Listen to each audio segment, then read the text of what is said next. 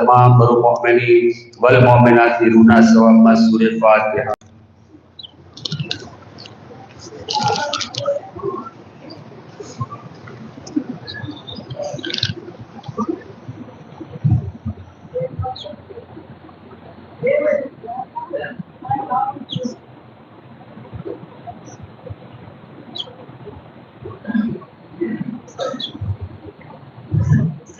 اللہم صلی علی محمد وآل محمد، بسم اللہ الرحمن الرحیم، اللہم رب شہر رمضان الذی انزلت فیہ القرآن وَابْتَرَسْتَ عَلَىٰ عِبَادِكَ فِي الصِّيَامِ صَلِّ عَلَىٰ مُحَمَّدٍ وَآلِ مُحَمَّدٍ وَارْزُقْنِي حَجَّ بَيْتِكَ الْحَرَامِ بِعَامِهِ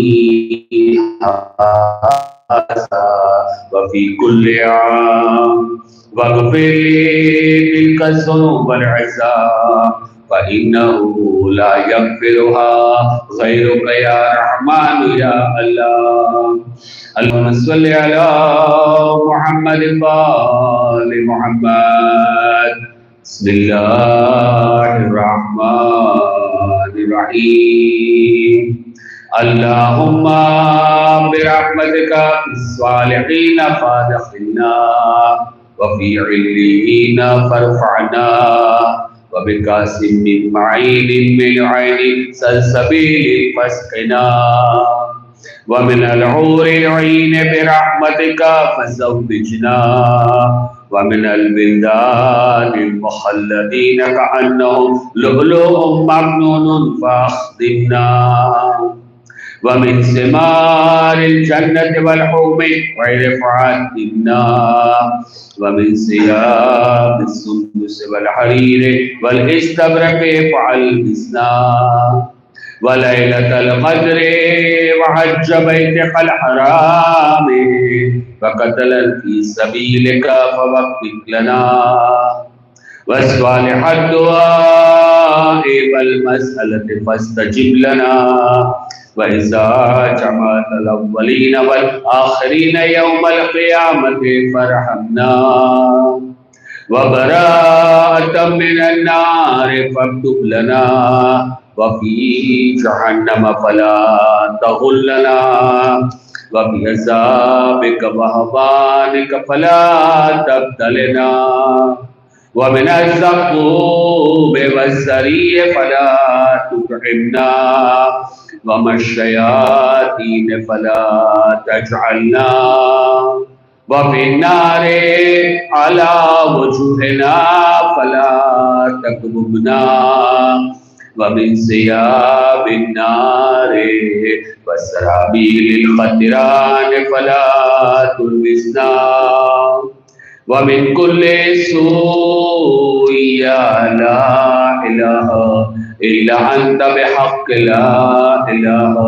إلا أنت فنجنا اللهم صل على محمد وآل محمد. ماہ مبارک رمضان میں پڑھوانی 27 رات میں دعا. بسم اللہ الرحمن الرحیم. اللہم انی اسألک واقسم علیک بکل اسم هو لک سماک به احد من خلقک او استأثرک به بعلم الغیب عندک واسألک باسمک العظیم الذی حق علیک ان تجیب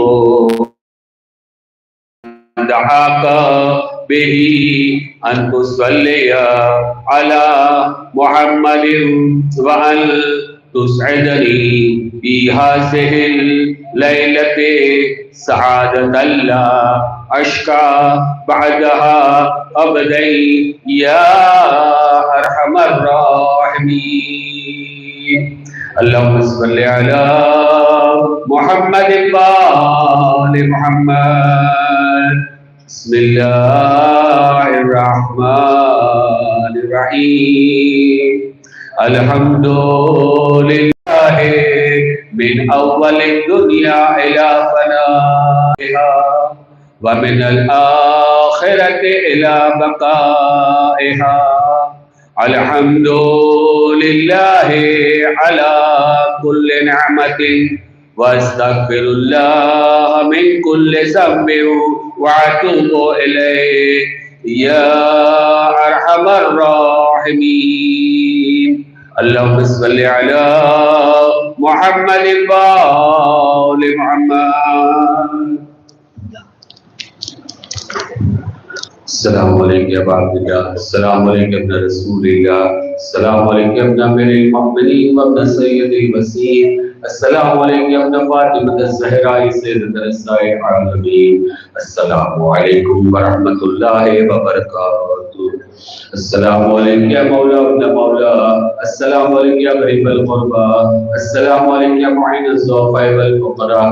السلطان ابو الحسن یا علی ابن موسی روحی و جسم الفداء ورحمۃ اللہ وبرکاتہ. السلام علیکم یا مولا یا صاحب العصر والزمان. الامان الامان الامان. السلام علیکم یا خلیفۃ الرحمن. السلام علیکم یا شریک القرآن. السلام علیکم یا امام الانس والجان. عجل اللہ تعالی فرجک وسهل اللہ تعالی مخرجک وظہورک. السلام علیکم ورحمۃ اللہ وبرکاتہ. بر دشمنان اہل بیت Bina kami doa. Ya Allah.